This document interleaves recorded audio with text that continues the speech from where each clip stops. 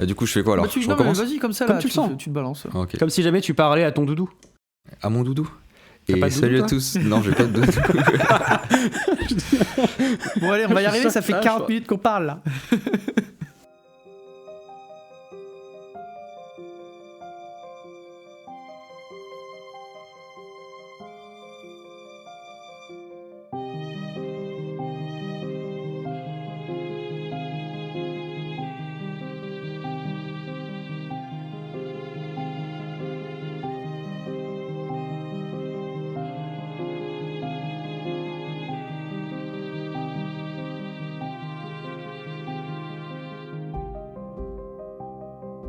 Et salut à tous, bienvenue dans le nouvel épisode du podcast Tales.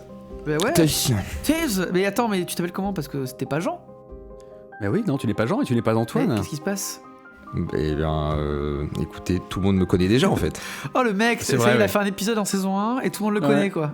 Ça va le melon? C'est un Non, guest. parce que Ça va le melon, c'est de La la fame. vous parlez de moi à chaque épisode. C'est Écoutez, vrai. les gens vont Le commencer chevalier à blanc. savoir de qui, Le blond. de Ah, qui c'est vous ça, parlez. ouais. Voilà, White Knight. The White Knight, Voilà. le blond musclé beau gosse. Ben. Ah, terrible. Le gars qui entretient sa propre légende. C'est ça, mais bon, est-ce Exactement. qu'il en a besoin? Pas vraiment. Hein. On le fait tout seul, ça s'auto-entretient. Ouais. Bon. Mais du coup, est-ce qu'on lance la fameuse rubrique, Jean? Ça fait longtemps qu'on l'a pas lancé celle-là. Hein. D'abord, il y a peut-être. Il y a pas de news à partager avant de parler de comment est-ce qu'on vide notre compte en banque. Bah si, c'est ce que je dis. C'est ça la rubrique. Ah, je pensais que tu voulais dire comment mal dépenser son ça argent. y est, on est tellement tombé dans le nouveau format qu'on fait plus d'ancien format. Oh, les critiques vont tomber. C'est pas vrai, on s'en branle. Bon, du coup, comment est-ce qu'on dépense mal son argent? Ben, par exemple. Alors, moi j'ai craqué, j'ai acheté l'intégrale de Simba Room, du premier jusqu'à la fin. Ouais, et ça c'est ce Donc, qu'on on appelle, verra bien. ouvrez les guillemets, un craquage. Voilà. Oui, bah oui, là c'était le vrai craquage. Alors, Matin il nous a envoyé une photo, il fait oups, j'ai reçu 500 kilos de livres. Et bah il remplissait tout mon lit, il y avait plus de place sur le lit, donc on verra bien ce que ça va donner. Ouais, je propose qu'on. Tout ça pour faire 2 sessions. C'est ça. 2 sessions pour le podcast, Voilà, c'est ça. bien évidemment. Évidemment. Je propose qu'on donne la parole au plus grand craqueur de tous les craqueurs. C'est toi, non? Non, tu t'es reconnu. Vas-y. Moi, j'ai fait quelques achats, effectivement. Là, en même temps, ça fait longtemps qu'on n'a pas eu cette rubrique, donc ça s'accumule sur plusieurs mois. Difficile, quoi, d'assumer après tout ça. Mais j'ai pledgé pour Alors là. pour Cthulhuac. Et donc, du coup, il y a les nouveaux recueils qui vont sortir. Et en plus de ça, il y avait l'accès aux anciens pledges. Donc, j'ai aussi récupéré La Ville en jaune et La Lisière, que Antoine avait déjà pledgé Voilà, il y a quelques ça mois. donne des coups dans le dos, ça donne des coups de poignard, ça trahit. Tout ce qu'on aime, quoi.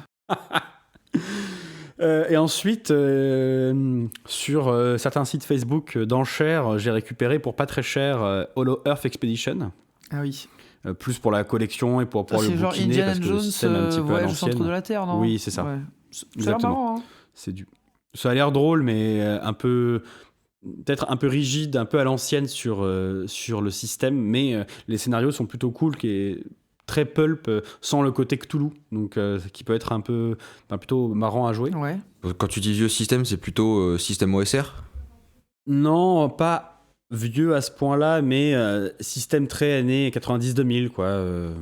Alors on va pas faire une critique sur Hollow Earth, mais globalement, des systèmes, on va dire, un peu plus à tiroir, avec un peu plus de travail de la part des joueurs et moins dans le délire que de ce qu'on joue habituellement là entre nous. Ouais. Et j'ai récupéré également un jeu que j'aimerais vous chroniquer là très bientôt. On va faire la première partie soon. C'est Night Witches, donc peut-être pour cette saison-là. Ouais. Ça va être, c'est un jeu où vous jouez un escadron de femmes pilotes pendant la guerre 39-45 du côté de l'URSS, et vous vous appelez les Night Witches et vous bombardez des positions allemandes. Et donc c'est un jeu tiré d'un vrai escadron qui a vraiment existé, qui a l'air assez marrant à jouer. Et là, aujourd'hui, tout juste ce matin, j'ai reçu un jeu que j'avais commandé c'est le il y a podcast longtemps. ensemble, hein, je vous le dis, c'est terrible. Un jeu que j'avais commandé il y a longtemps et qui vient enfin d'arriver. Et en plus, je crois que Ben, tu l'as peut-être. C'est Macadabre. Ah ouais, je le voulais, et en effet, mais... Et tu l'as pas? Je l'ai pas encore, non, mais il écoute, est dans la wishlist. C'est un jeu à secret, donc si tu veux qu'on joue ensemble, tu ne pourras pas l'ouvrir tout de suite, ou alors on jouera pas ensemble. Ça c'est le jeu préféré, ça c'est le jeu préféré de Jean, il achète des trucs, il vous fait « Ah les gars, vous l'avez acheté aussi ?»« Ah non, jeu à secret, vous ne pouvez pas l'ouvrir. » Vous allez voir, on va en reparler dans quelques secondes. En vrai, celui-là, tu peux l'ouvrir si tu veux, c'est juste que on pourra pas jouer ensemble du coup. Le pire, c'est que c'est un des jeux qui ressemble vachement dans les dynamiques, c'est du Die and Retry, donc ça ressemble vachement à Dark Souls. On sait très bien que dans la bande de copains, dans les Dark Souls, c'est un peu les jeux que je joue, auxquels j'ai beaucoup joué. Et du coup, il s'est dit... T'as jamais parlé de ce jeu-là? Moi, ça fait plusieurs fois que je le vois passer, je l'ai vu passer, je l'ai eu... pour rien du tout.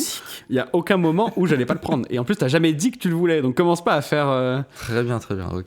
Moi aussi, j'ai des wishlists de l'enfer infini sur mon PC que je montre à personne. Genre, il tape jeu de rôle et wishlist Google. Donc forcément, ça devient compliqué, les gars. Bref, du coup, je l'ai lu ce matin. Et il y a tout un principe de gameplay qui est vraiment très très très très cool, où tu joues avec ton corps. Bref, c'est uniquement en présentiel par contre. Ça peut pas se jouer en distanciel. Non, c'est pas terrible, je pense, en distanciel. Vu que voilà, donc ça a l'air très très cool et je suis très pressé d'y jouer, mais je pense que je ferai une partie test avec ma table qui est ici.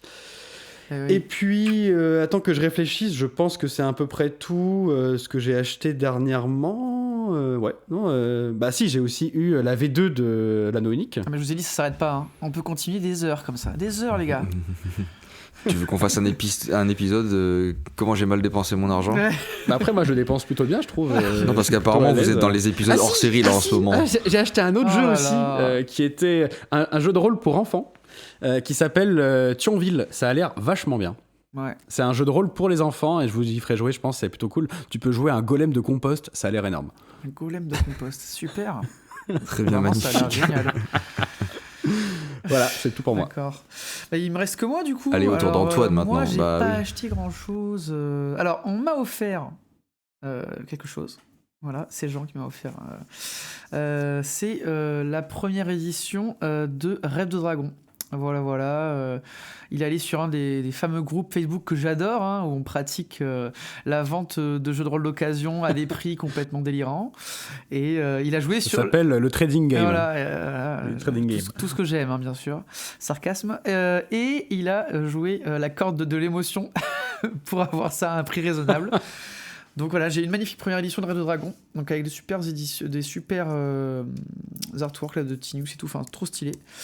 Et j'ai craqué sur deux trucs de la gamme Lamentation of the Flame Princess, qui étaient en solde. Ça parle de couteau dans le dos. Ouais, c'est vrai, effectivement. Moi aussi, je pratique le couteau dans le dos, j'adore. Et en fait, l'année dernière, j'avais déjà vu la gamme, j'avais hésité, toi, t'avais tout pris. Et en fait, moi, il n'y avait que un ou deux... Ouais, non, mais voilà, non, mais c'est terrible. Je vous ai dit, c'est terrible. Il est insupportable. T'as pas le temps de penser à un jeu qu'il l'a déjà. Comment tu veux faire, quoi. Bon. Ah, j'ai aussi acheté le jeu dans le jeu de monde de Dark Crystal. Non, mais ce n'est plus à toi de parler, Jean. C'est fini. Stop, arrête. Et du coup, j'ai pris 2 suppléments. Il y a Maze of the Blue Medusa. Et il y a l'aventure, la Red Peasant, là, qui est un cadre de campagne dans un pays d'Alice aux merveilles un peu twisté. Et ça avait l'air ouf. Ils étaient vraiment à un prix défiant toute concurrence. Et ils étaient enfin soldés, donc je les ai pris parce que je me suis dit que ça pouvait plaire à mon groupe sur Bordeaux, là. Mais effectivement, c'est un peu un couteau dans le dos pour Jean, car... Bon, après... Jean, il m'a dit, on va y jouer, t'inquiète, je viens. En décembre, on y joue. Non, mais ça arrive. Ça arrive. Ça fait 6 mois que j'entends ça arrive. Et il arrive en décembre, il m'a fait, non, alors... arrête. Alors, oups. Dans le style, on attend d'y jouer depuis très longtemps, hein. Excuse-moi, mais tu as d'autres jeux qui sont en attente, dont par exemple... Arrête, tu vas spoiler les prochains épisodes. Château Falkenstein, qui doit arriver et il arrive toujours pas. Ouais, mais je comprends, je suis perdu là en ce moment. Ouais, bien sûr, évidemment. Bon, tu es perdu. allez, on va stopper. On peut parler de Worm aussi, qui est en attente depuis au moins 2 ans. C'est pas ma faute à moi. Alors, on va tout de suite arrêter. Je dis pas le contraire, je dis juste que voilà, il est quand même chez toi, sur ton étagère. C'est vrai. Bon. Il y a quand même un truc avant qu'on aille un peu plus loin dont on n'a pas parlé. Alors déjà juste, je vous ai parlé de Against the Dark Master. Je ne sais plus si vous en avez parlé. Mais il est là aussi. Mais on a juste jamais. On a juste pas parlé du fait que du coup on a sorti un nouveau format. Oui.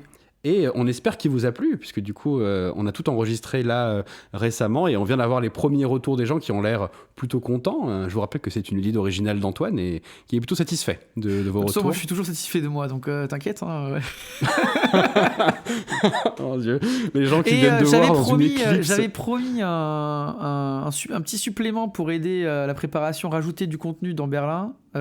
Il va arriver avant que ce podcast sorte. Je le dis maintenant. Il y a un magnifique, dans la description, il y a un encart lien utile qui pour l'instant est... Mais il sera rempli lundi, là. Voilà, je le dis, après l'enregistrement. Il y a les musiques aussi à mettre dedans, je te rappelle. Hein. Il y a plein de trucs qu'on a promis qui sont toujours pas dedans. Les playlists, t'as dit ouais, je vous mettrai des playlists. Ouais, je vous mettrai des trucs. Réécoute bien les épisodes. Je vais faire ça. Non, je m'en occupe ce week-end. T'as fait beaucoup de promesses. Bon. Donc bref, en tout cas, sachez que d'autres épisodes sont en production et vont finir par arriver dans ce format-là, et que pour l'instant, le projet, c'est de sortir ces épisodes-là tous les mois en décalage avec les épisodes, on va dire, classiques, étalés sur plusieurs mois. En production, vous avez entendu, en production, effectivement. L'équipe de prod est en train de travailler dessus. Hein. Fortement. Toute l'équipe travaille à 2000% sur le prochain épisode. Ben, retourne après, hein. On sort le fouet sinon. Hein. Bon. Avec grand plaisir. Ah yes. Donc aujourd'hui on parle de quoi, Ben? Parce que t'es là pour une raison quand même. Aujourd'hui, je suis là pour une vraie raison. Aujourd'hui on va parler des Héritiers. Les Héritiers. Qui est un jeu fait par le département des sombres projets. Aventure féerique à la belle époque. Le titre complet, s'il te plaît. D'accord. Donc attends, le titre complet, c'est Les Héritiers, Aventure féerique à la belle époque. C'est ça, hein? Ouais, okay. C'est ça. Donc, Jean, peut-être que tu as une petite anecdote à nous partager? Oui, j'en ai une. Effectivement, j'y ai beaucoup réfléchi puisque on est 3 et ça fait beaucoup d'anecdotes à choisir. Et il y en a une qui m'est venue. Alors, on va dire qu'elle est un petit peu à part de celle que vous allez raconter. Moi, quand j'y ai repensé à nos sessions, le moment qui m'est revenu assez facilement, c'est le moment où on a tenté l'infiltration avec Johan, où on jouait déjà depuis, je pense, au moins 2 heures. On était sur les 2 dernières tiers de session de mémoire. On commençait à fatiguer un petit peu. Et il y a eu une espèce de lâchage complet au niveau du premier degré et de la tenue sérieuse du jeu, où on s'est mis on a raté de façon magnifique nos jets de déguisement et de discrétion. Ah, c'était avec moi. Et donc, Johan et moi. C'était pas Johan. C'était avec toi? Oui, c'était pas Johan? Ah, je pense que c'était avec toi. C'est moi qui t'ai déguisé, rappelle-toi. Oui, c'est ça, mais t'as raison. Non, je sais pas pourquoi c'est Johan qui jouait la. Mais non, Johan, il jouait la plante verte. Donc, avec Antoine, du coup, on est parti en se déguisant de manière complètement obvious pour aller enquêter place d'Enfer Rochefort dans un café-restaurant.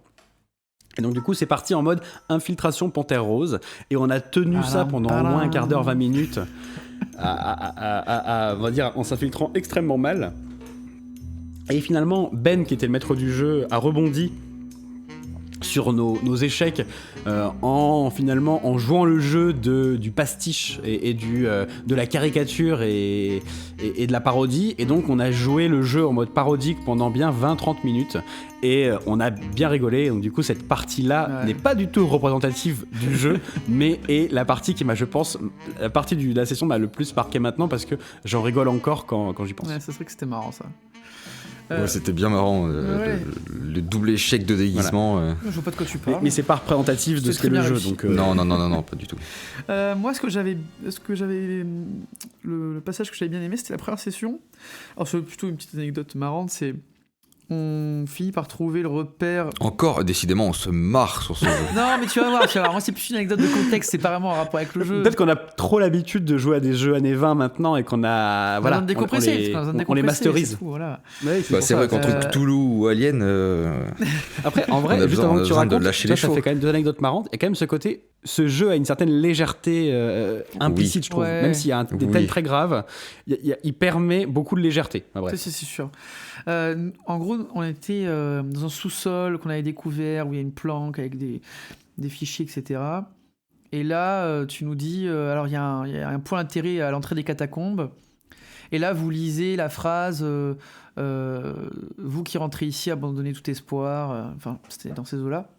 Et donc tu nous dis, bon, est-ce que vous connaissez, faites un G. Et puis là on se regarde, moi je regarde Jean et Jessie, et je fais, ça vient de Dante ça, non? C'est la phrase des enfers dans la Divine Comédie. Et là, t'as Jean qui fait bah oui, d'ailleurs, c'est marqué à l'entrée des catacombes, c'est en face de l'hôtel Rochefort. Et là, t'as Belle qui fait lancez les dés, putain. Il était vous quand, savez quand pas tes ça. Joueurs ont un coup d'avance sur le scénario. Vous savez pas tout ça là, non, vos personnages ils sont pas au courant, lancez les dés. C'était drôle. Écoutez, il faut croire qu'on a une table de joueurs un petit peu plus cultivée. C'est la première fois et la seule fois où c'est arrivé. La table de joueurs cultivée, moi je dirais plutôt, là les étoiles se sont alignées, tu vois. La scène d'Hercule où il ramène les titans et t'as les planètes qui s'alignent, c'était ça. Genre, ça n'arrive qu'une fois tous les 22 ans et c'est arrivé ce soir-là. Bah écoute, on a été là, on pourra dire, j'ai été là. Parce que je ne connais qu'une seule entrée des catacombes dans Paris et c'est celle-là, donc c'est quand même pas de bol. Genre, Oups. Oh, pardon. Oh. Bon, toi, allez, Ben, après, du coup, bah oui, à mon tour de raconter l'anecdote un peu côté MJ. Alors, bon, je vais raconter l'anecdote. C'est la première scène en fait où les joueurs sont un petit peu perdus. Ils connaissent pas trop le monde, pas trop le jeu, et ils sont conviés au début chez un docteur en psychanalyse. Et donc ils sont un peu déboussolés et on en a joué en ligne sur le Let's Roll et j'avais fait implémenter une carte avec un quadrillage, etc. Et les personnages pouvaient se déplacer et se positionner librement et ce qu'ils ne savaient pas, c'est qu'en fait c'était important pour la suite. Et Johan, qui jouait un personnage, on va dire sylvien, qui a une apparence de plante, a voulu jouer le jeu de rôle à fond. C'était très bien. Il a voulu se mettre à côté d'une fenêtre pour pouvoir profiter de la lumière et pouvoir faire sa photosynthèse. Et or, en fait, ce qu'il ne savait pas, c'est que y a un attentat qui arrive dans la première scène et il y a une bombe qui est posée juste à côté d'un piano, à côté des fenêtres. Et donc, Johan, qui a voulu jouer le roleplay et faire jouer son personnage plante, en fait, a pris la bombe de plein fouet dès le début du scénario. Et c'était moi, ça m'a fait rire quoi. Quand je l'ai vu, oui, je vais mettre à côté de la fenêtre. Je fais vas-y, va te mettre à côté de la fenêtre, Johan. Fais ta photosynthèse, vas-y. Voilà. Le plaisir coupable du MJ quoi. Ah ouais, vraiment, tu te frottes les mains quoi. Et bah du coup on va présenter le jeu en lui-même là. Bah oui, c'est parti. Donc le sujet du jour c'est les héritiers. Aventure féerique à la belle époque. Il va me casser les couilles pendant tout le podcast. J'en peux plus. Sachez qu'il y a un poste libre pour chroniqueur dans un podcast de jeu de rôle. Ah, carrément. Parce qu'il va bientôt y avoir un décès. Carrément. Il y a quelqu'un qui va mourir dans un accident soon. Là. Genre, dès février, c'est dispo, vous inquiétez pas. D'accord. Mort violente garantie. Ouais. Donc, les héritiers. Antoine. Les héritiers, alors, maison d'édition. Ben, tu as déjà dit, mais c'est le département des sombres projets. Et c'est un projet un peu particulier parce que c'est un jeu qui a été pensé depuis de nombreuses années par deux personnes en particulier qui sont Isabelle Perrier et Éric Paris. C'est ça, si je ne me trompe pas. Ça fait une vingtaine d'années que le jeu existe en fait, où c'est un jeu qui a fait des conventions en convention, un peu d'écriture personnelle. Et malheureusement, Isabelle Perrier est décédée en décembre 2017. Et donc la maison d'édition a décidé de faire tout pour sortir le jeu dans le but d'une part lui rendre hommage et de rendre hommage aussi au projet qui était un beau projet. Et donc ils ont fait une campagne Ulule en 2020 qui a eu un très beau succès pour un nouveau jeu de rôle en fait non forcément connu du public. Parce qu'ils ont réuni 114 199 €. Ce qui est énorme pour un premier jeu. Ouais, c'est une très belle somme. Ouais, c'est monstrueux. Ouais. C'est énorme. Vraiment, quand tu regardes les financements là, qui courent en ce moment, ou même qui ont couru les derniers mois, un jeu de rôle pas connu pour une maison d'édition pas connue, c'est genre 20, 50 000 € déjà, c'est monstrueux. Ah, 50 000, c'est déjà bien. C'est déjà beaucoup. Les plus gros, avec les boîtes d'édition du style Black Book et tout, genre, ils font 100 000 en fait. Ouais. Tu regardes Cthulhu Origins, c'était 100 000, les trucs comme ça. C'est 100 000, c'est rarement plus. Et donc, une maison d'édition qui sort un jeu qui n'est pas une licence, qui n'est pas forcément très connu, faire 100 000 sur un premier financement, je ne sais pas s'ils s'attendaient à ça, parce que c'est vraiment monstrueux. Ouais, puis ils sont un peu coutumiers du fait, parce qu'ils ont refait... C'est eux qui ont sorti Hawkmoon cette année, qui avait eu aussi un beau succès. Ouais. Je crois qu'ils ont fait Mornblade. Et je me demande... Et Wasteland. Wasteland aussi, effectivement. Ouais. Enfin, ils ont des beaux... des belles choses, quoi. Ouais, et puis il faut le dire, c'est pas une maison d'édition qui a un rayonnement international, hein, c'est français. Ouais. Donc il y a moins de noms connus que si c'était du Cthulhu par exemple ou du Alien. Hein. Ouais. Non, mais c'est vraiment énorme. C'est un très très beau succès, très très beau. Donc, du coup, en plus, c'est un jeu qui a bien fonctionné, hein, puisqu'il a eu le prix de Rollist TV en 2021 pour le meilleur univers. Ce qui veut dire que c'est pas seulement un jeu qui a eu du succès, mais aussi un jeu qui finalement a plu à la critique, et ce qui va pas forcément toujours de pair. Donc c'est quand même plutôt, c'est plutôt beau. Ouais, c'est une très belle réussite pour le département des sombres projets. Et donc ensuite, peut-être que qui c'est qui vous nous parler de l'univers? Allez-y, lancez-vous les gars. Ouais, je peux le faire. Alors l'univers, ça se passe à la belle époque, donc c'est au début des années 1900. Et en gros, les joueurs vont jouer des personnages un petit peu particuliers qui font des rêves prémonitoires.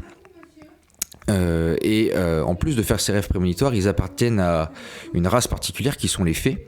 Alors c'est pas les fées qu'on peut s'imaginer avec des ailes dans le dos, mais plutôt en fait des créatures féeriques.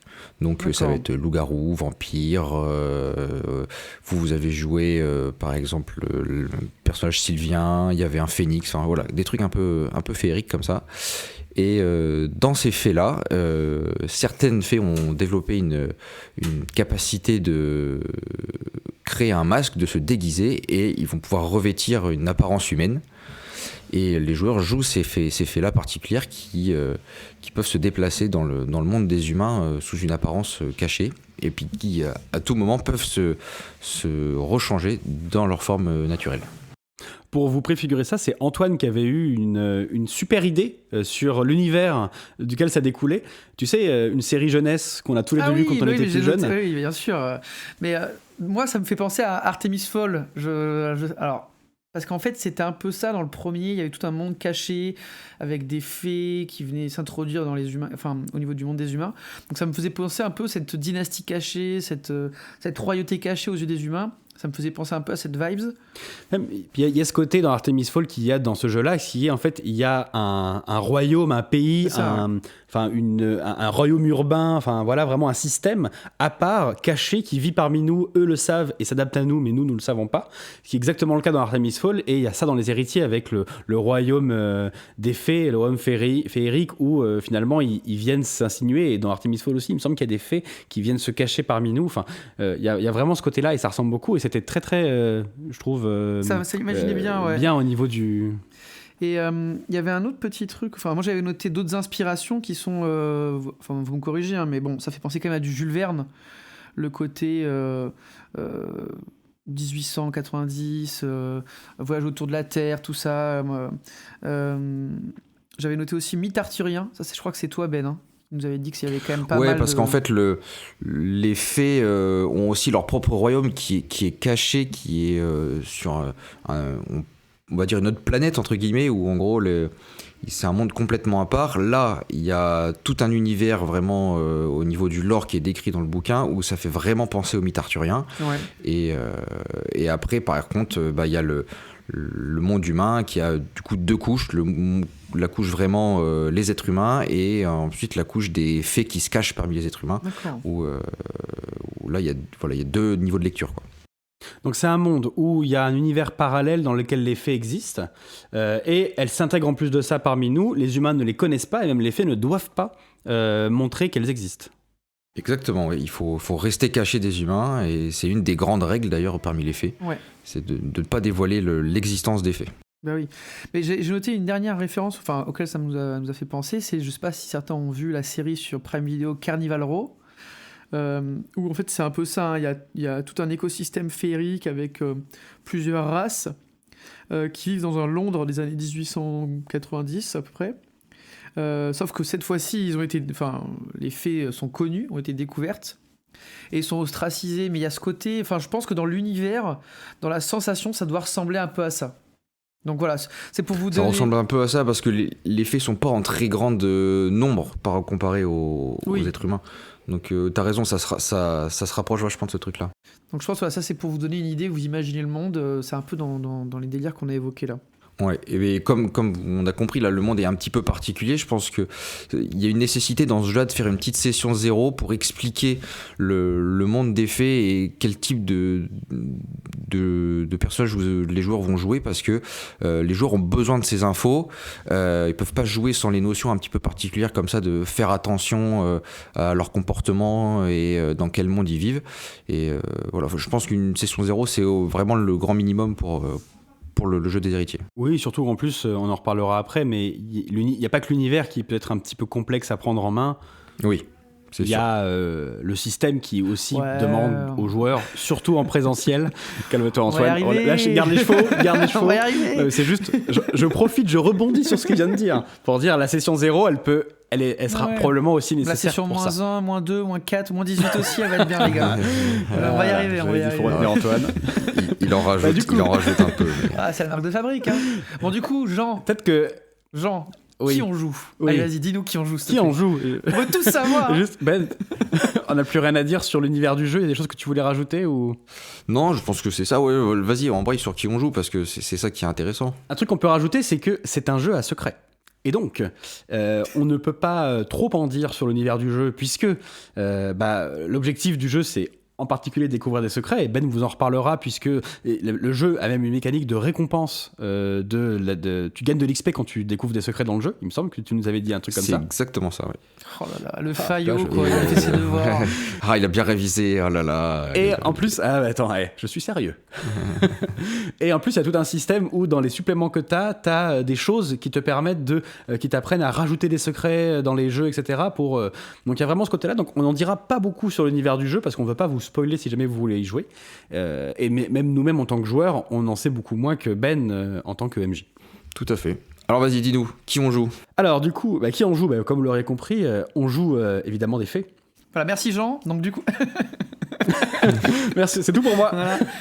Merci pour ta participation. On joue des fées, mais pas n'importe quelle fée. On joue des fées des héritiers. C'est quand même un jeu qui a ce côté qui a l'air, en tout cas dans ce que j'ai cru en voir, extrêmement narratif, dans le sens où c'est quasiment en fait une campagne directement, plus que des jeux pour faire des one-shots, puisque le première session, j'imagine que c'est la même pour tous, c'est la session où on découvre en fait que nous sommes des héritiers. Ouais, espèce de caste à part. Et donc les héritiers, qu'est-ce que c'est? Sans spoiler, Ben, tu m'arrêtes si jamais je spoil des choses.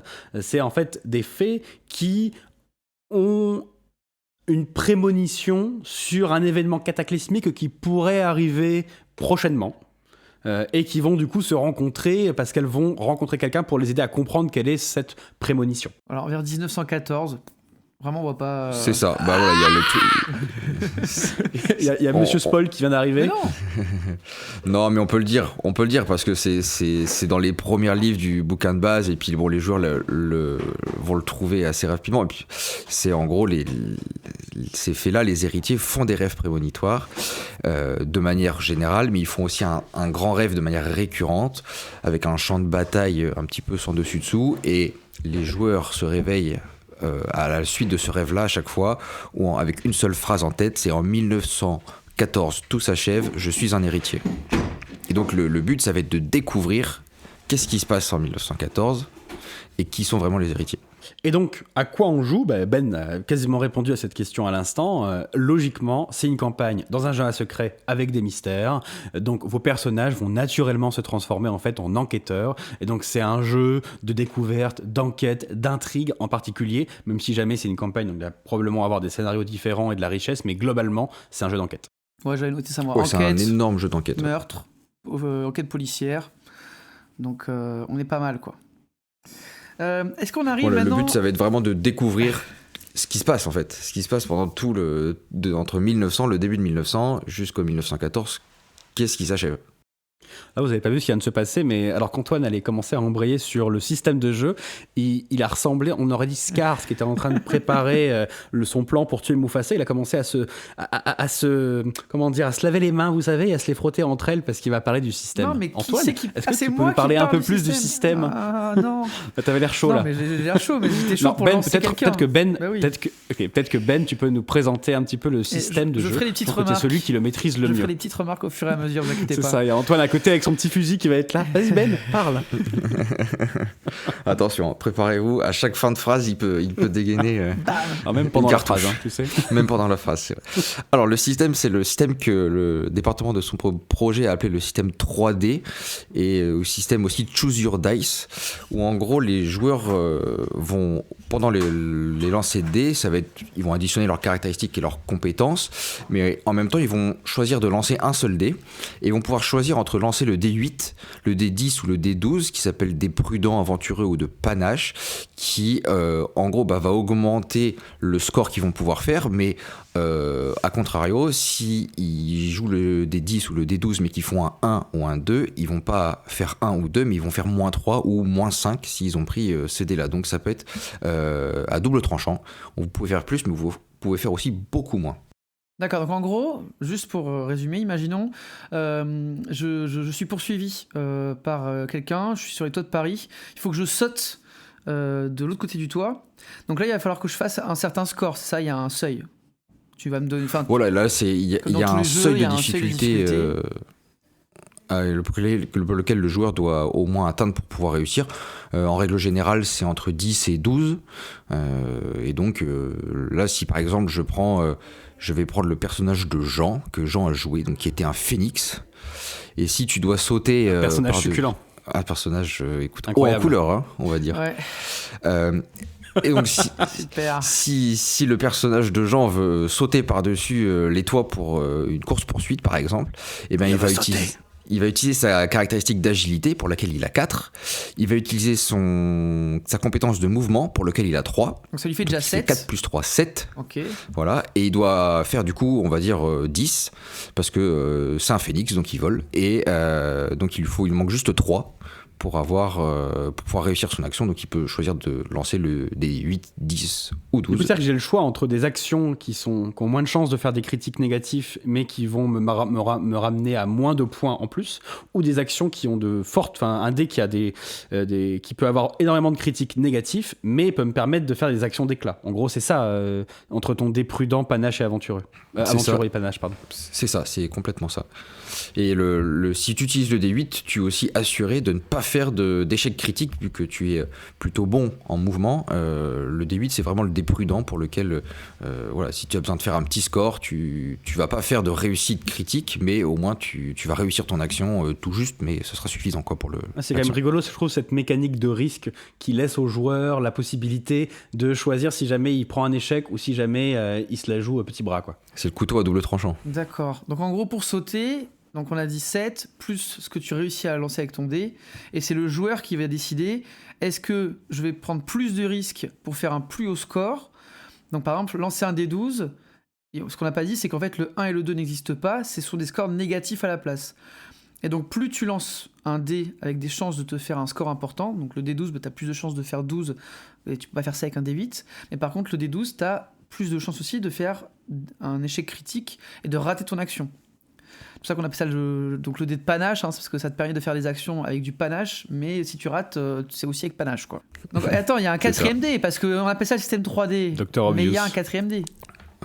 Alors il n'y a pas un 4e dé, mais il y a un 4e jet de dé qui est possible, qui s'appelle le jet de oui, voilà, c'est ça, le dé de tricherie, où en gros, alors les joueurs ont un système de triche, où en gros c'est des points de triche qui vont pouvoir dépenser au fur et à mesure du scénario, et quand ils dépensent un point de triche, ils peuvent lancer les 3 dés en même temps, le 8, le 10 et le 12, ils vont choisir le dé pour lequel ils ont fait le meilleur score, et en plus de ça, s'ils ont fait par exemple une suite ou un triplé, si on fait par exemple 4, 4 et 4, et ben ça fait forcément une réussite critique. D'accord, donc en fait on peut lancer 3 dés, et en plus de ça, on peut faire des suites de chiffres, ou faire 3 fois le même chiffre. Et donc ça apporte des effets supplémentaires à l'action. Bah ça te rapproche de la réussite critique. D'accord. Avec des bonus. Ok. Donc après, il y a les points de triche. Vas-y, Ben. Fini. Attends, pardon, je croyais qu'on a... Non, mais attendez, pardon. C'est vrai qu'on est qu'au point 2, et on va jusqu'au 18, vas-y, parce que... non, les points de triche... complexe. Les points de triche, tu l'as dit, on l'a dit, c'est pour lancer les 3 dés en même temps, mais on peut aussi, si on veut, au lieu de dépenser 1 point, dépenser 2 points, et dans ce cas-là, on peut modifier le jet de dés que fait le MJ. Nous, joueurs, tu veux dire, on peut dire j'invalide ton jet. Vous, joueurs, voilà, quand il y a un personnage qui fait une action et que le MJ a lancé un dé, et ben vous pouvez dépenser 2 points de triche et faire en sorte que le résultat ne se trouve pas sur la face qui a été découverte, mais sur une face adjacente, et du coup la plus mauvaise de ces faces-là. Mais du coup, il y a des points de triche qui sont un peu des points de destinée, un peu ce système-là un peu différent, mais il y a d'autres points qu'on peut utiliser aussi. Alors tu peux aussi, on va dire, forcer un jet. C'est en gros le personnage va se concentrer de manière très forte, que ce soit mentalement ou physiquement, et donc vous allez temporairement consommer un point, par exemple d'agilité ou de sang-froid, et vous allez pouvoir ajouter plus 2 à votre résultat de dé, mais vous allez perdre du coup un point temporaire dans la caractéristique que vous avez choisi d'utiliser. Temporaire, est-ce que tu le récupères quand tu te reposes? Et du coup, voilà, c'est quand tu te reposes après un certain nombre d'heures. Et il faut aussi que la caractéristique que vous consommez, enfin le point de la caractéristique que vous consommez soit en rapport avec l'action que vous voulez faire, bien évidemment. Il y a des compétences qu'on peut spécialiser aussi. Et dans les compétences, vous avez des points de compétences, et à côté, on peut faire une petite spécialisation. Par exemple, le phénix de Jean qui a 3 en mouvement, à côté il a une spécialisation en vol, et donc s'il utilise ses ailes pour faire l'action, et ben il a plus 1 au lieu d'avoir 3, il a 4. Du coup il avait pas 7, il avait 8. Pour sauter, ça devrait clairement être une réussite automatique. Quand tu voles, à quel moment tu peux pas sauter, quoi. Attends. Oui, mais imagine si tu es en course poursuite, il faut pouvoir rattraper ton opposant. Je vole. Non mais il faut utiliser ton pouvoir et ton talent, et on y arrive. Attends le nouveau point, d'accord? Parce qu'en plus de ça, une compétence inutile aussi. Il y a n'oublie pas. Oui, attends, j'ai maxé la poésie, donc ça c'est à la fin, ça c'est après là. Donc là il y a les pouvoirs et talents, parce que c'est une autre mécanique encore.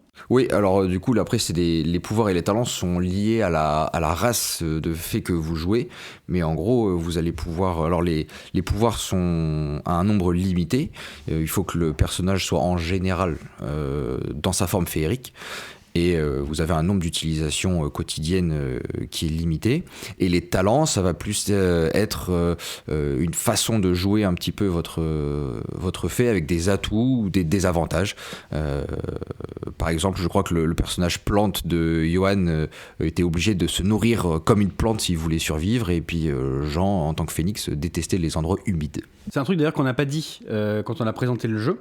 Nos personnages sont cachés dans le monde des humains sous forme humaine. Ils portent ce qu'on appelle un masque, et donc il y a un phénix, une plante, plein de créatures féeriques, un golem, ce que vous voulez, et en fait, pour pouvoir si jamais ils souhaitent se dévoiler en tant que fée, et donc montrer leur forme féerique, on doit se démasquer. Et donc à ce moment-là, moi par exemple, je me transformais en phénix plus ou moins humanoïde, alors qu'avant je ressemblais à un beau gentilhomme tout à fait humain. Oui, et donc il y a certains pouvoirs, comme il vient de dire, qui ne peuvent être utilisés que sous cette forme dévoilée, et or, on l'a bien dit tout à l'heure, les fées sont un secret, donc il y a des pouvoirs que vous ne pourrez pas utiliser en public parce que vous devez être sous forme de fée. Bref, il y a toute cette mécanique-là qui s'intrigue, et on a oublié de vous le dire. Et pour bien comprendre les pouvoirs, c'est un peu le système de sorts dans Donjons & Dragons, enfin, ou dans des jeux type Heroic Fantasy. Ça va vous permettre de faire quelque chose de très particulier. Par exemple, mon personnage, elle peut dessiner un masque pour pouvoir se métamorphoser en quelqu'un d'autre.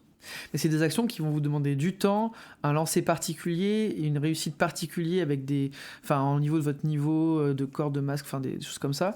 Donc c'est pas des choses, c'est vraiment une mécanique à part, quoi. Donc d'ailleurs on l'a pas énormément utilisé durant la partie parce que c'est assez complexe. Ça demande quand même du temps en plus. C'est un petit peu lourd, ça demande du temps dans le jeu, dans le scénario, mais aussi dans le jeu autour de la table. Ouais. Et ça demande de réunir aussi certaines conditions pour pouvoir le réussir. Plus le jet de dés, donc effectivement. Ouais, et là où les talents, c'est juste un bonus, quoi. Moi, c'était par exemple langue de bois, et ça me permettait de tenir une conversation sur n'importe quel sujet pendant 10 minutes avec n'importe qui. Donc c'est plus des petits bonus ça c'est plus pour la narration. Tu parles de toi là? Non. T'es con. Voilà, donc bon, après, est-ce qu'il y a d'autres choses que l'on voulait parler sur le système? T'as oublié de parler des compétences futiles. Ah pardon. Qui sont un peu... On a commencé par parler de ça et tu m'as dit après. Oh, je l'avais oublié celui-là, attendez, on y arrive. Les meilleures compétences du jeu, en fait, dans ce genre de jeu, les compétences futiles, c'est typiquement les compétences que tu vas maxer et qu'on a utilisées absolument tout le temps. Ouais, c'est vrai. Oui, on pourrait se dire, en fait, je vais tout le temps utiliser mes autres compétences, on va dire, principales, générales. Et en fait, voilà, toi, par exemple, qui jouais le Phénix, alors faut imaginer le personnage de Jean, hein, c'était le Phénix beau parleur, beau gosse, qui a 5 points dans la poésie, donc qui déclamait sa flamme à toutes les gens de dames qui passaient à côté de lui. Voilà, et en fait... Je l'ai joué en mode Antonio Banderas jeune dans Zorro, tu vois. C'était ça. Oui, ça allait bien, parce qu'en plus, il a une petite rapière un peu jolie, oui. Machin. Avec un petit peu de cap et de croc dedans aussi, pour le côté, genre, il tire et il se met à déclamer des poésies à son opposant. Évidemment. Voilà, c'était ça, mon personnage. D'où le côté, peut-être parfois on a un peu dérivé, parce qu'on était déjà un peu parodique sur notre manière de jouer. Avec Antoine qui jouait un personnage femme fatale qui essayait de se faire tout le monde, et mon personnage qui était révulsé par le fait que ce personnage galvaude le sexe alors que c'est une chose si belle et romantique, et Johan qui jouait une plante qui a fait échec critique sur échec critique et qui faisait tout pour se soigner, et il jouait une plante photosynthétique avec le problème du souterrain. Enfin bref, lui était tout le temps pas dans sa zone de confort, et donc du coup en train d'essayer de récupérer des choses pour survivre. C'était vraiment les pieds nickelés, quoi. Genre... Oui, c'est un jeu qui laisse la part comme ça un petit peu à des petits délires un peu marrants, un petit peu pulp, hein, en fait. Ouais, vous êtes bien rentré là-dedans, c'était marrant à jouer. Alors, je crois qu'ensuite on arrive à la création de perso. On n'a pas. T'as rien à dire de plus sur les compétences futiles, Antoine ? Non, vraiment là, le système de jeu, j'ai rien à dire. J'ai rien à dire. En vrai, ça nous encourage. Ça a cet effet un peu de personnalisation à outrance, qui n'est pas forcément toujours mauvais, et qui te permet d'avoir ce petit effet du style ah, mais j'ai ça, et donc du coup, je vais tenter l'action parce que j'ai 5 en poésie, et que du coup, je sublime la salle avec ma poésie. Ça apporte ce côté-là que certains systèmes, parfois un peu trop simples, peuvent brider un peu ta créativité parce que tu n'arrives pas à savoir quoi faire avec 4 compétences. Là, c'est vrai qu'il y a un peu ce florilège de compétences, et ils ont l'humour de mettre compétences futiles, ce qui te met bien en mode c'est ces compétences en plus qui sont uniques à ton personnage. Et bon. Moi, je trouve que c'est un système de jeu qui est assez... comment dire, tu t'y attends pas à un système de jeu comme ça quand tu achètes un jeu qui est sorti en 2020. Ouais, tu dis ça parce qu'il y a quand même beaucoup de choses. Il y a les caractéristiques principales, les compétences futiles, les pouvoirs, les talents. Le système de résolution, on y reviendra, mais le système de résolution est un peu complexe. Mais déjà, attendons, parce qu'il maintenant il y a la création de personnages. Et moi, j'ai noté création de personnages, complexe. Donc ça, je pense que ça veut dire que c'est une passe décisive à Ben. Vas-y, Ben. Ben oui, parce que vous l'avez bien dit, il y a énormément de choses, et il y a beaucoup de pouvoirs, il y a beaucoup de talents. Les compétences futiles, bon, vous avez compris, on peut faire un peu ce qu'on veut, on peut mettre tout et rien en même temps. Et donc la création de personnages, alors nous, on l'a pas fait, on s'est pas entraîné à faire ça, mais moi qui ai feuilleté, il y a 30 ou 40 pages sur la création de personnages. Vous pouvez aller de quelque chose de très basique, très simple, à quelque chose de très très compliqué. Vous pouvez même choisir le niveau de fortune de votre personnage, vous pouvez vraiment le personnaliser à fond.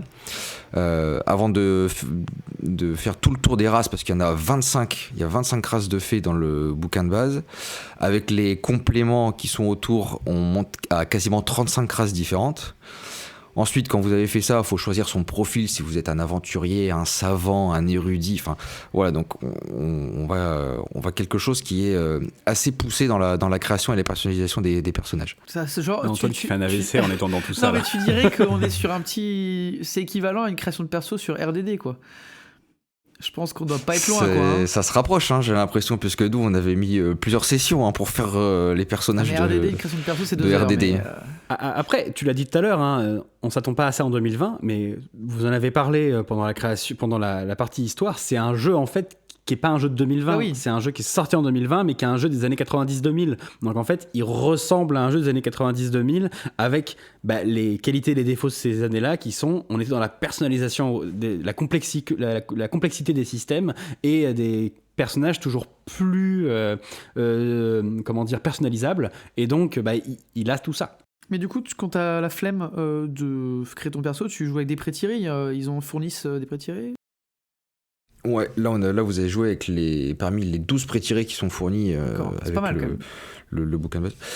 12, franchement, c'est beaucoup quand même. Ça laisse là aussi le choix est plutôt large. Et donc, du coup, vous pouvez choisir un petit peu ce qui vous fait plaisir. Et puis, en plus, ils sont quand même relativement bien faits, que ce soit dans la fiche en elle-même que dans la beauté un petit peu des dessins et dans la direction artistique. Ok. Oui, ils sont magnifiques. On le dira peut-être pas assez, ou alors, mais les artworks sont beaux. Le jeu est beau. De tout ce que tu nous as pu... Moi, j'ai pas pu feuilleter tous les bouquins, mais de tout ce que j'ai vu, il y a une direction artistique qui est chambée. De toute façon, on y reviendra dans la partie sur la gamme. Mais effectivement, le jeu est très beau, hein, ça c'est sûr. Bon, à qui ça s'adresse du coup tout ça? Parce que, en termes de joueurs, parce que si vous voulez, moi j'avais noté, bon, ça s'adresse à des joueurs expérimentés. Voilà, moi j'ai marqué partout expérimenté, hein, donc les gars, voilà. Peut-être nous tomber dessus en nous disant qu'on est des gros noobs, c'est possible, je peux l'entendre, mais moi je sais très bien qu'à ma table j'amène ce jeu, non, c'est pas la peine quoi. Et c'est quand même pour les gens qui aiment bien tout ce qui est. Alors je dirais pas que c'est simulationniste à fond, c'est pas autant que d'autres jeux qu'on a chroniqués, mais il y a quand même, c'est quand même plutôt dans la veine des jeux simulationnistes que narratifs, même s'il y a un fond narratif. Par contre, l'univers est top, quoi. Franchement, l'univers est super, l'histoire est... Je trouve que c'est assez... je dirais pas novateur, mais c'est assez frais, quoi. Y a pas moi, personnellement, je connais pas trop d'autres jeux dans le même style, avec un... comment dire, ce côté, ça me fait penser un peu à Falkenstein, mais en plus de ça, il y a ce côté société secrète, cachée, et l'univers est super cool, quoi. Le fait d'avoir un jeu à secret, c'est... moi, j'aime bien, je trouve ça sympa.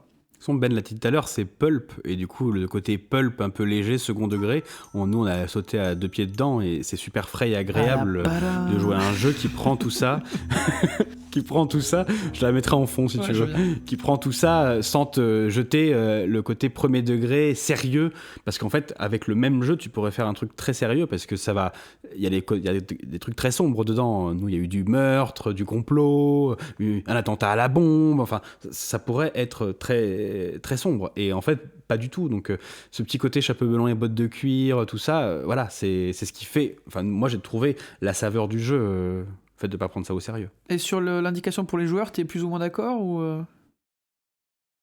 tu dirais quoi? Ça s'adresse à qui? Jean. Il a fait un AVC, excusez-moi. Ah pardon, excuse-moi. Oui, bah moi je ouais, je dirais que alors encore une fois, nous on a joué sur Let's Roll avec le système qui était aidé par du coup Let's Roll, ce qui je pense décharge de façon énorme la charge mentale des joueurs sur certains trucs. Moi quand je voulais faire un jet aventureux, je cliquais sur aventureux, le truc le jetait, et j'étais pas en train de me poser les questions. Il me disait t'as réussi, t'as pas réussi, sur non, merde c'est vrai, c'est un jet -2, etc. Et la lourdeur du système, je pense qu'on l'a moins senti que si jamais on avait été à une table où il fallait penser à tout. Et j'imagine que Let's Roll a dû aussi beaucoup aider le MJ, donc je pense que Ben t'en reparlera. Mais lourdeur du système mise à part, effectivement, c'est un jeu pour joueurs investi, expérimenté. Il faut se taper la création de son personnage, et donc du coup, à mon avis, une session, on est gentil pour dire qu'il en faut qu'une pour créer son perso. À mon avis, c'est plutôt proche d'une énorme session, comme pour RDD, avec la prise de tête sur savoir... donc RDD, on prend pour savoir ce qu'on met dans ses sacoches. Là, c'est pour savoir quelle est la compétence inutile que tu vas prendre.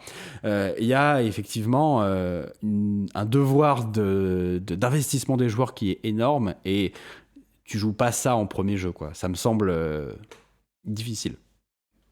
Ouais, non, je pense que faut des joueurs qui soient concentrés déjà pendant la session. Vous pouvez pas trop être sur votre portable, et puis le calcul à chaque fois des jets, il faut pouvoir, faut faire la caractéristique, la compétence plus le jet de dés. Il faut des joueurs qui soient un petit peu investis, qui soient un peu habitués au jeu de rôle. Et côté MJ, c'est pareil. On est dans un groupe où on est plusieurs à masteriser, et on n'a pas masterisé énormément. Peut-être Jean, je pense que c'est toi qui as le plus masterisé dans notre groupe. Moi qui ai masterisé que par exemple Insectopia et Cats, moi c'était un peu fatigant, parce qu'il y a beaucoup de règles en fait dans le monde. Vous pouvez faire à peu près n'importe quoi, il y a une règle pour ce truc là. Donc du coup, côté MJ, c'est pareil, c'est plutôt pour des MJ expérimentés. Let's Roll, qui franchement motorise plutôt bien les héritiers, ça a plus un avantage pour les joueurs, parce que moi, en tant que MJ, il n'y a pas beaucoup de lancers pour le MJ quand même, sauf pour les combats. Mais sinon, dans la vie du scénario, c'est plutôt les joueurs qui vont lancer les dés, quoi. Ouais, mais après, Let's Roll te disait, c'est un geste, un échec, il te fait tous les calculs. Il fait tous les calculs à chaque fois, ouais. Ça, toi, c'est... Et du coup, c'est pas juste le joueur qui lance les dés et qui te regarde, genre, vu que t'as le lancer de dés, la spécialisation qui peut être un +1, alors faut que le joueur dans Let's Roll, il ait pensé à le rajouter. Sa spécialisation, parce qu'il y a une case pour ça, et si tu le rajoutes pas, ça marche pas, c'est pas automatique. Et il y a quand même la somme des compétences, etc., qu'on t'a choisi. Dans Let's Roll, t'as juste besoin de cocher des trucs et de faire le lancer, et donc du coup, ça te facilite quand même avec le jeu qui te dit réussi, échec. Alors que sur une vraie table, j'imagine que le joueur te lance le truc, ça fait 8, mais en fait, t'as pas le résultat. La lecture, le défaut de ce système, c'est quand même le côté... Il y a plein de trucs où on joue, tu jettes les dés, genre je prends Cthulhu, c'est du pourcentage, les gens jettent les dés, ils sont suspendus au dé, est-ce que ça va réussir ou pas, on regarde le truc et tout le monde sait tout de suite si jamais c'est une réussite ou pas, et fait oh putain, il a raté, enfin bref. Là, dans ce jeu, si tu jettes les dés, en fait, il y a presque que le joueur qui lance le dé et le MJ qui savent si jamais le jet est réussi ou pas. Les autres, ils peuvent pas le savoir si tu le lances sur une table. Et ça peut être un peu dur, j'imagine, en tant que MJ à gérer, parce qu'il y a tous tes calculs dans ta tête qui doivent s'enchaîner. Ouais, ça, c'est sûr. Et toi, Ben, tu l'as fait en présentiel aussi, ce jeu? Moi, je l'ai fait... Non, j'ai tout fait par Let's Roll. Et si jamais tu devais préparer une session en présentiel, est-ce que tu jouerais avec Let's Roll à côté pour t'aider à te motoriser, ou est-ce que tu penses que tu arriverais à tout gérer? Non, je pense que si t'es en présentiel, c'est dommage de lancer Let's Roll, tu vois. Non, mais pour toi, pour avoir en fait le système qui coule à côté et pouvoir t'aider à motoriser le truc sur ta table sans que tes joueurs le voient. Non, je pense que si t'es en présentiel, tu fais tout en présentiel, ça se fait, hein. C'est juste que c'est peut-être un peu plus fastidieux. Non, ça. Ce qu'on a dit, ça demande à des joueurs investis. Il faut que les joueurs ils savent. Enfin, il faut que les joueurs annoncent combien il faut qu'ils fassent, etc. Il faut qu'ils connaissent leur fiche de perso un petit peu, parce que c'est pareil, les compétences, il y en a beaucoup, il y en a 16, donc il faut pouvoir, même pas, qu'est-ce que je dis, il y en a 24, 6 x 4, 24, et donc du coup, il faut savoir un petit peu où est de la compétence sur la fiche, parce que bien évidemment, c'est pas rangé par ordre alphabétique, c'est rangé par groupe, est-ce que c'est plutôt combat, enfin aventurier, c'est plutôt combattant, plutôt roublard ou gentleman, par exemple, quoi. Ouais, au niveau de l'ambiance, du coup, comment est-ce au niveau de la musique, tu conseillerais quoi, Ben? Plutôt des trucs un peu ambiantes, style jazz. Je crois que c'est le truc qui a plutôt bien marché autour de la table. Bien sûr. Voilà. Un petit peu de jazz manouche là, Paris 1900 là, Django Reinhardt et tout. Je pense qu'il y a des bonnes pistes là.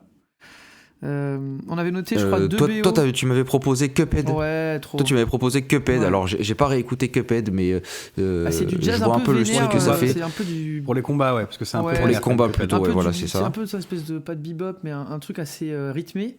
Et je pense que ça peut être sympa dans les moments de genre de fuite ou de poursuite ou de, tu vois, si tu veux donner pour le côté pulp, hein, parce que ça donne pas un côté dark, mais ça, je pense que ça peut bien marcher.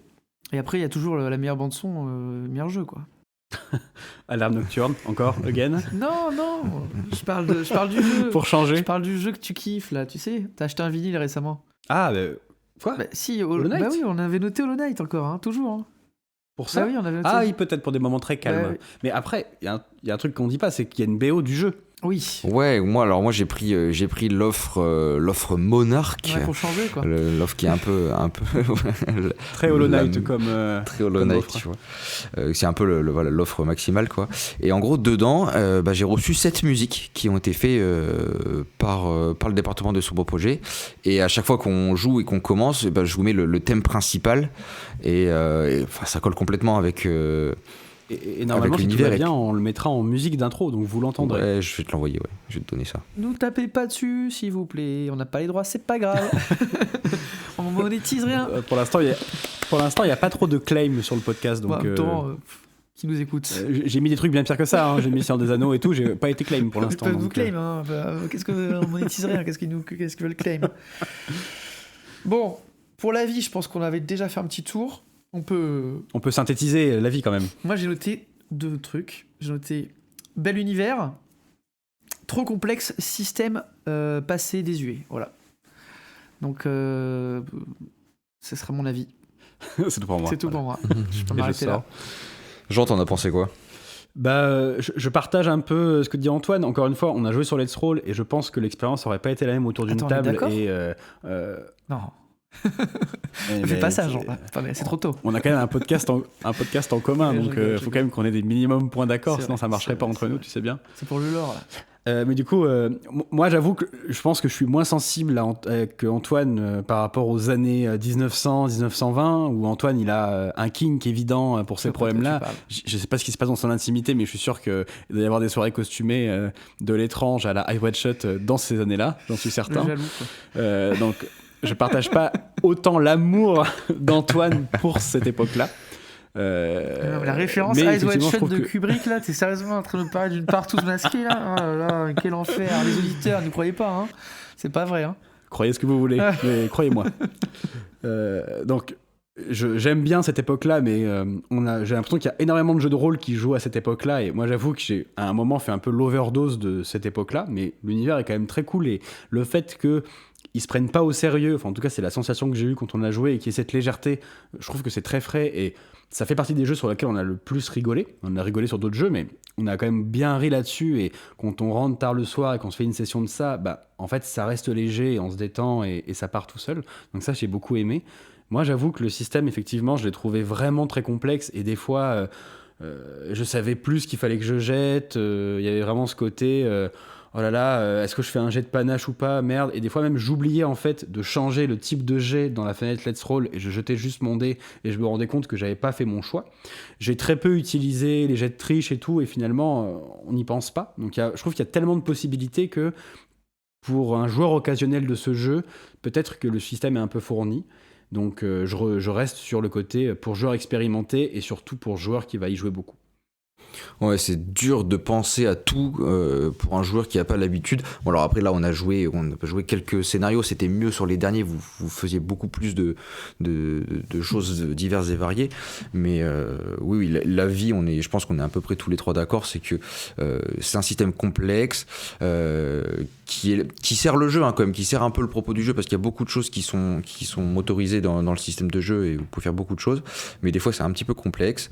Par contre, l'univers, il est super, hein. Moi qui ai acheté toute la gamme, des fois je peux me perdre dans le bouquin au niveau du lore, tellement c'est fourni, parce qu'il faut quand même savoir que les secrets que les joueurs doivent découvrir, en fait tout est écrit, hein, tout est déjà implémenté dans un des bouquins en particulier, et donc ça c'est quand même un gros point fort si on met le système de jeu de côté. La campagne est terminée? Je veux dire, ou alors il y a une suite qui est prévue. L'histoire, je veux dire que si tu achètes toute la gamme, c'est une gamme terminée, fermée, avec une histoire qui a une vraie fin, ou alors il manque des choses qui sont encore à apparaître? Il peut manquer des choses encore. Il y a des choses qui peuvent encore apparaître. Mais je crois pas avoir vu de nouveaux projets en cours. J'ai pas vu de suite de gamme, donc on va vous présenter la gamme. Non, mais c'était pour savoir si jamais le jeu était fini, et qu'en fait, quand tu achètes ça et quand tu te projettes dedans, c'est un jeu pas fermé, mais dans le sens l'histoire elle est écrite, et tu connais déjà la fin, toi, de tout ça? Alors ouais, moi je connais pas la fin de la fin, mais tu sais tout pourquoi ça se passe, et tu peux en fait c'est une écriture un peu bac à créer sable. des scénarios. C'est un truc un peu, oui, c'est complètement une écriture bac à sable. Là, la gamme qu'on va présenter, en fait, il y a des scénarios qui se jouent et qui avancent quand même au fur et à mesure dans le temps, mais tout n'est pas écrit. Et après, en fait, le lore est tellement fourni que si t'as un petit peu une petite plume, tu peux essayer de faire les scénarios, et tu peux aller quasiment jusqu'au bout. Sachant que en fait c'est ouvert, il te donne beaucoup d'armes, et en fait c'est à toi de choisir un petit peu la fin que vont avoir tes joueurs. Je dis ça parce que dans les jeux à secret, l'un des défauts qu'il peut y avoir, et on en parlait sur Myr, c'est en fait quand on te pose beaucoup de choses un peu mystérieuses sans réponse, savoir que c'est déjà décidé, que c'est déjà écri, et qu'en fait quand les joueurs vont le découvrir, il y a un d'effet waouh sur le côté un peu twist, on t'avait caché ça et tu découvres des trucs sur l'univers, que tout est déjà bien fait, bien écrit, et que t'as déjà une fin. Je trouve que c'est une plus-value par rapport à des jeux, et c'est le cas de Myr pour l'instant par exemple, où il y a des secrets, mais en fait on sait pas encore ce qu'il y a derrière, et ça peut être un peu frustrant pour tout le monde, que ce soit le MJ tout seul qui trouve sa réponse, parce que on a déjà parlé plein de fois avec Antoine, nos talents d'écriture sont bien inférieurs à ceux qui sont payés pour le faire et qui ont de vrais talents là-dedans. Antoine qui hoche de la tête. Et donc du coup, ces jeux-là qui comptent sur le MJ pour combler les trous, moi je trouve c'est dommage qu'ils ne proposent pas une solution. Donc je trouve ça cool que le jeu en fait soit un jeu à secret, mais te donne toutes les clés pour te permettre de pas avoir de relier les points, quoi. Bon, du coup, parlons de la gamme, hein. Allons-y. Parce qu'elle est quand même assez fournie. Hein. Pas mal de vas-y, je te laisse commencer. Super. Avec un gros manque quand même, on peut en parler. Elle est fournie, mais il manque un truc. Non, mais attends, non. On arrête de spoiler au début. J'ai rien dit. Tu l'as rien dit. Je spoile pas. Moi, c'est écrit dans la première ligne. Ah non, moi, c'est à la fin. Ah, bah moi, c'est au début. C'est dans la vie de la gamme, tu vois, on va dire ce qui manque. Ah, ouais, très bien. Très bien, on n'en parle pas, donc, il y a le livre de base. Donc, le livre de base, c'est environ 350 pages, en couleur, 49 €. Et en fait, il y a le livre de base et un livre qui est complémentaire, qui s'appelle Arcane et Faux Semblants, qui lui vaut 39 € pour environ 180 pages. Donc, ouais, en gros, ce livre-là, c'est le livre du MJ. C'est ça. Et en gros, je vous parle de l'édition de base. Il existe un coffret qui les réunit tous les deux, qui est un coffret collector qui est encore trouvable sur le site de l'éditeur et qui est au prix de 99 €. Ce qui change, c'est la couverture qui est légèrement différente, le papier d'impression qui est de plus grande qualité, et le coffret.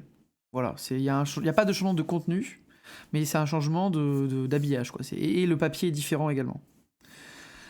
Ensuite, vous avez c'est Machine et Merveille. Oui, c'est ça. Ou Machine Merveilleuse. Ouais, Machine et Merveille. Alors, 33,90, 135 pages.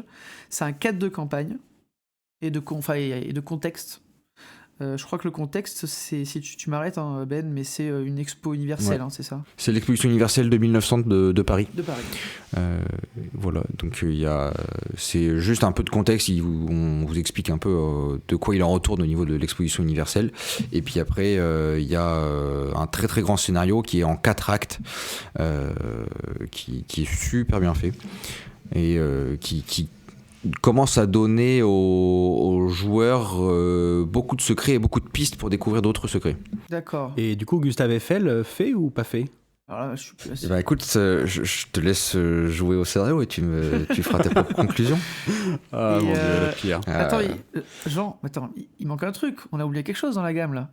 Bah non, absolument rien. Non, parce que attends, mais t'es sûr qu'il manque pas quelque chose ? Ah si, il manque quelque chose, mais elle n'est pas dans la gamme. Ah oui, bah oui, c'est ça. Dans la gamme. C'est eux qui ont oublié. C'est ce que je te disais. Moi, ils ont juste oublié. Mais il ne manque rien. Bah, il manque. Enfin, Ben vous dira tout à l'heure que du coup, le ticket d'entrée pour cette gamme est relativement cher pour pouvoir jouer. Et, Ben va vous en parler juste après. Mais donc du coup, comment vous pouvez savoir si jamais vous avez envie de jouer à ça? Habituellement, en 2022, vous allez retrouver, que ce soit en PDF gratuit ou à un prix modique, ce qu'on appelle un kit d'initiation ou un kit d'introduction, qui va vous permettre de voir les règles rapidement, un petit scénario test pour vous permettre d'appréhender tout ça. Ouais. Et là, ça n'existe pas. L'Internet a été retourné, on a cherché partout, on a demandé à notre ami Google, et non, ça n'existe pas. Ce qui est quand même, je trouve, moi, personnellement, extrêmement dommage parce que... pour un jeu comme ça, je trouve que c'est cata, quoi. Je n'ai pas de mots. C'est-à-dire qu'en fait, on ne peut pas savoir à quoi s'attendre avant d'avoir écouté un podcast ou avant d'avoir acheté les bouquins. Et on va y revenir, Ben vous va nous en parler, mais voilà.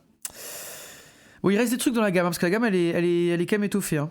Donc il reste pas mal de choses. La gamme est infinie, mais... Vous voulez que je termine ou Ben, tu nous parles de la suite, peut-être ? Vas-y, tu poursuis, okay, puis je donnerai la conclusion un petit peu sur les indispensables. Il y a des espèces de petites annexes qui sont donc, il y a le Londres 1900, 52 pages, 12,50 €, couverture souple, c'est du contexte et un scénar, tout en couleur. Hein. Donc voilà. Oui, tout en couleur. À chaque fois, là, dans tous les suppléments que tu vas citer, c'est à chaque fois du contexte, le scénario et des races supplémentaires. D'accord. Donc en plus, il y a Pékin à fée et à sang. Joli jeu de mots. 12,50 € aussi. Couverture souple. Donc ça, c'est le deuxième petit add-on. Ensuite, il y a les rêveurs, qui est une espèce de pack avec des fiches de perso plus un écran. Parce qu'il y a 2 écrans différents. Donc ça, c'est le premier écran à 24,90 €. Ensuite, il y a Objet aventureux, où c'est une carte, un autre écran, pour 36 €. C'est dans lequel où il y a il y a l'espèce de... Il y a Arcane et Faux Semblants, mais réduit, là, avec les secrets. C'est dans Objet aventureux ? C'est dans Objet aventureux. D'accord. Donc en plus, vous avez quelque chose qui est assez utile, qui est un espèce de petit, un petit signet où vous avez le rappel des événements majeurs et des secrets majeurs à connaître au fur et à mesure des parties. Qu'est-ce qu'on a d'autre ? On a les pré-tirés, les fiches des pré-tirés qui sont à 9,90, donc c'est 12 pré-tirés qui sont imprimés dans un beau papier. C'est des fiches cartonnées qui sont vraiment de très belles factures. Hein. Ouais, voilà.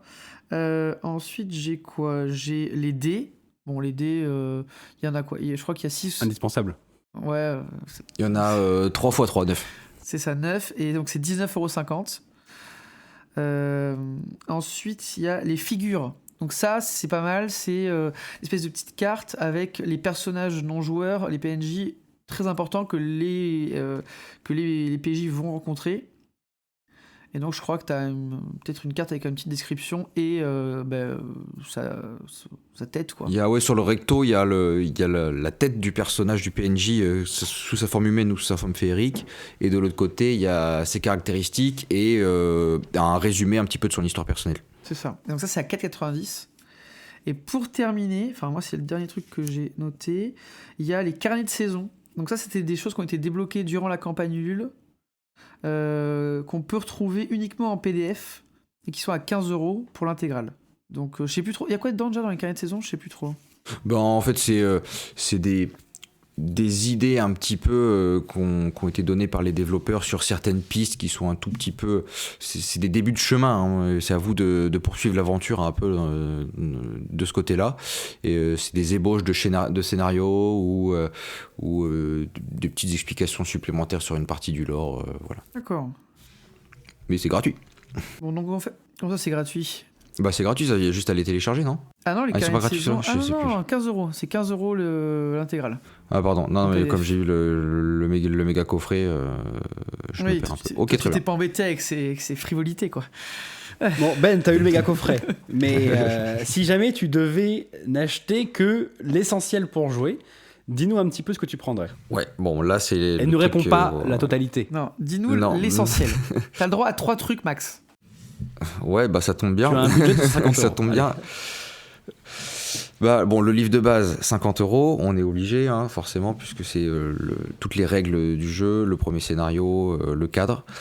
Ensuite, en tant que MJ, vous êtes obligé d'acheter le Arcane et Faux Semblant parce que c'est 180 pages où c'est que des secrets.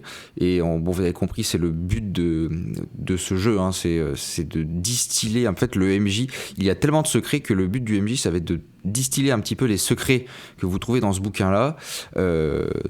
Dans les différents scénarios que vont jouer vos personnages, et ça va créer un espèce de fil rouge si les joueurs arrivent à trouver ces secrets et à les mettre bout à bout. Donc ça, vous êtes obligé d'avoir ça si vous voulez jouer. Ça fait 39 en plus, donc en gros ça fait 88 € déjà. Ouais, 39 en plus. Voilà, et vous avez compris, les règles sont un peu compliquées, notamment pour les combats où il y a beaucoup de règles, et l'écran est super bien fait de ce côté-là. Sinon, c'est un vrai casse-tête. Hein. Si vous n'avez pas l'écran, honnêtement, c'est un vrai casse-tête. Si vous voulez vraiment jouer stricto sensu aux règles qui ont été créées pour les héritiers. Donc, faut rajouter l'écran en plus. Donc, tu parles de l'écran d'Objets Aventureux ou tu parles de l'écran des rêveurs ? Tu prends l'écran que tu veux, je pense que à l'intérieur, c'est le même. Toi, tu nous avais... Non, mais dans les Objets Aventureux, tu as le fascicule avec le résumé. Ouais, le résumé. Donc, c'est pas le même prix. Hein. Le résumé, ouais. Je veux dire, si vous avez un petit budget, prenez plutôt juste l'écran simple. Voilà, donc en gros, c'est... voilà.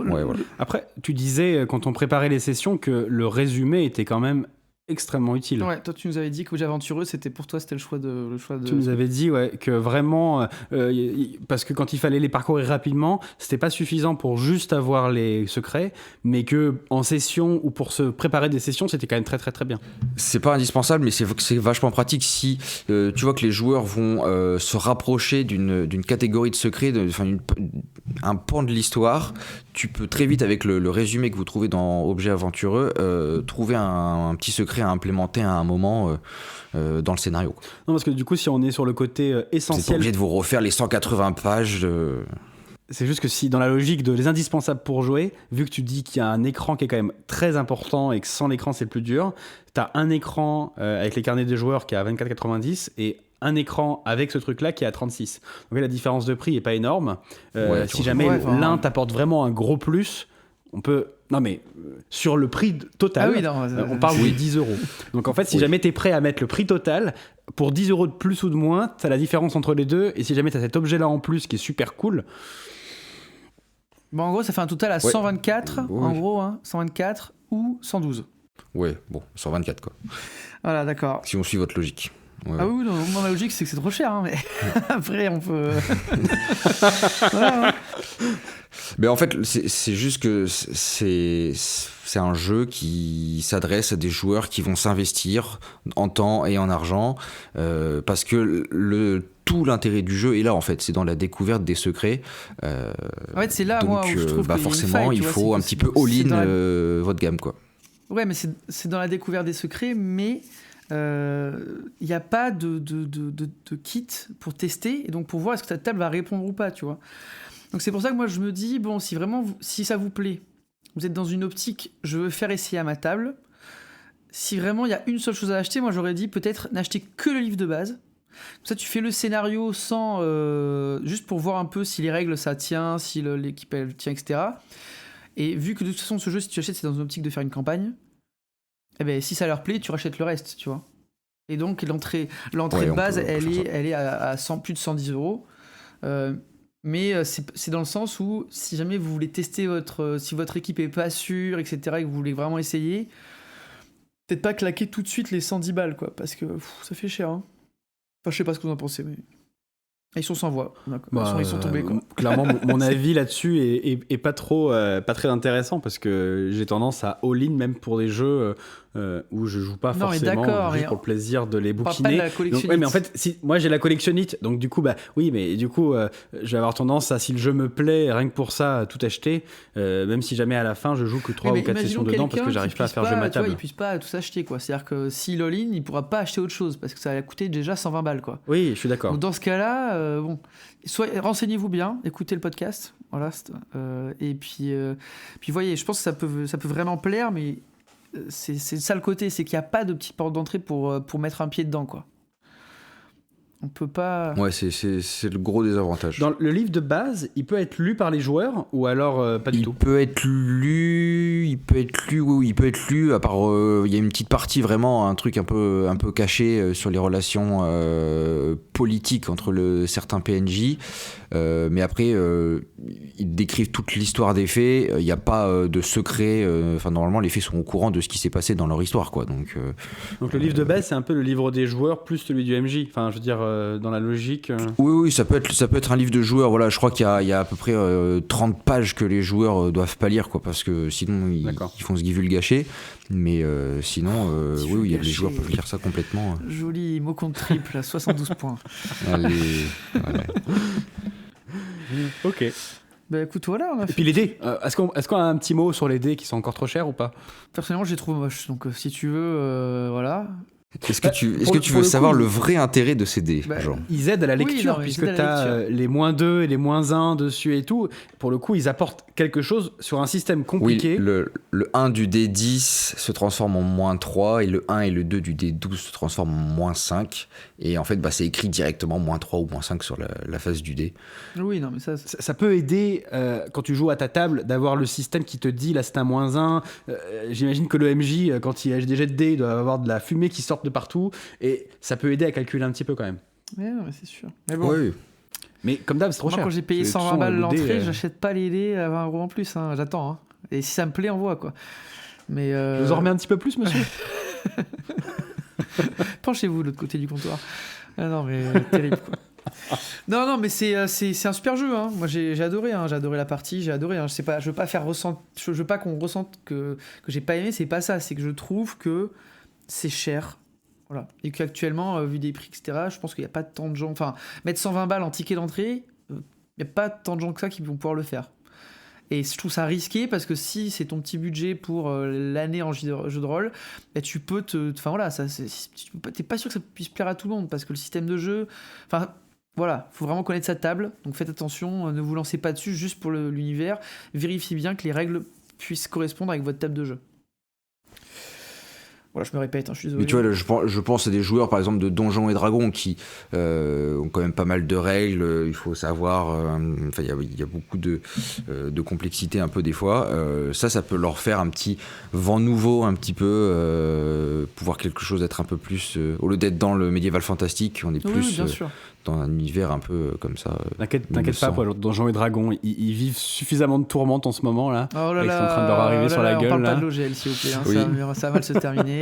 Donc t'inquiète pas, ils vont bientôt migrer sur d'autres plateformes. Voilà, c'est justement l'occasion pour eux de s'alléger un petit peu l'esprit. Qui rencontrent le capitalisme, l'enfer, quoi. Horrible. Ah putain, quel enfer. Bon, bah écoutez, je crois qu'on a fait le tour sur ce jeu. Ça a été un épisode bien plaisant, en tout cas tourné. Ben, toujours voilà, le soleil. Tu rayonnes. Ouais, on a bien ri là. Ah, je rayonne. Écoute, le chevalier blanc auréolé. Voilà, il part avec sa cape face au vent, au crépuscule. Merci pour l'invitation, les gars. Ouais, ça fait plaisir. De toute façon, tu reviendras. Hein.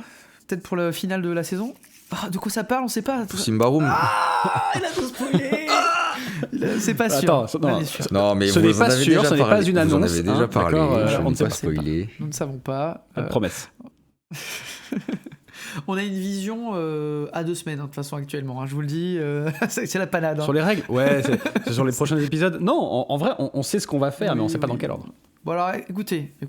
Ce qui suit, les prochaines sorties, ce sera du Tales Mastering, donc ça sera de l'aide à la préparation d'un scénario en particulier. Ça ne sera pas l'appel de Cthulhu, hein, pour tous les gens quand on est là, genre l'appel de Cthulhu, blablabla, merde, hein, voilà, pour être poli. Il y a Antoine, donc voilà. On se calme sur ce jeu.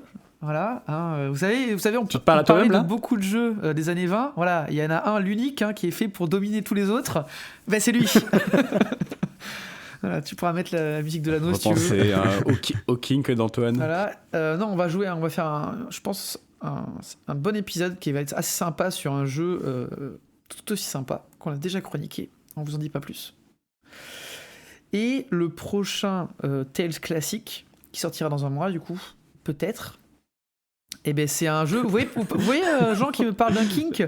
Bah, lui c'est même pas un kink. Le mec qui met de la sécurité. C'est même pas. Voilà, il ne fait que nous parler de ce jeu depuis des mois. C'est vrai. En même temps, il est fantastique. Je suis tombé amoureux. Allez, on repart sur 1 heure juste pour parler de ce jeu. Allez, ce système, je l'attendais sur la V2 de l'anneau unique et j'ai été déçu de ne pas l'avoir, mais heureusement, ils ont pondu ce truc-là. Donc, peut-être qu'on fera l'anneau unique avec ce système. Bah, c'est déjà en cours d'adaptation. Ah là là, il est déjà parti. Par moi-même. De moi-même pour toi-même, c'est ça ? C'est beau. Exactement. Bah écoutez, merci à tous d'avoir écouté, et puis on se retrouve la prochaine fois. Alors juste avant de terminer, j'ai juste un petit addendum à faire, je suis désolé. J'ai parlé d'un jeu de rôle que j'avais acheté et je me suis trompé dans le titre, c'est Trouilleville, voilà, le jeu de rôle pour enfants. J'ai dit Thionville, j'ai fourché, je suis désolé. Mais c'était Trouilleville et avec les golems de compost. Je pense que c'était vraiment important de préciser. Merci. Oui, sinon on aurait des commentaires du style c'est quoi le jeu de rôle, je le trouve pas, Thionville, qu'est-ce que c'est que ça ? Là maintenant, tu vois, la vérité est rétablie. C'est vrai. Bon, en tout cas, merci Ben d'être passé. Et puis, on vous dit à tous la prochaine. Merci à vous. Allez jouer les golems de compost et à la prochaine. À vous, t'as envie d'y jouer quand t'entends ça. Ciao. Salut. Salut.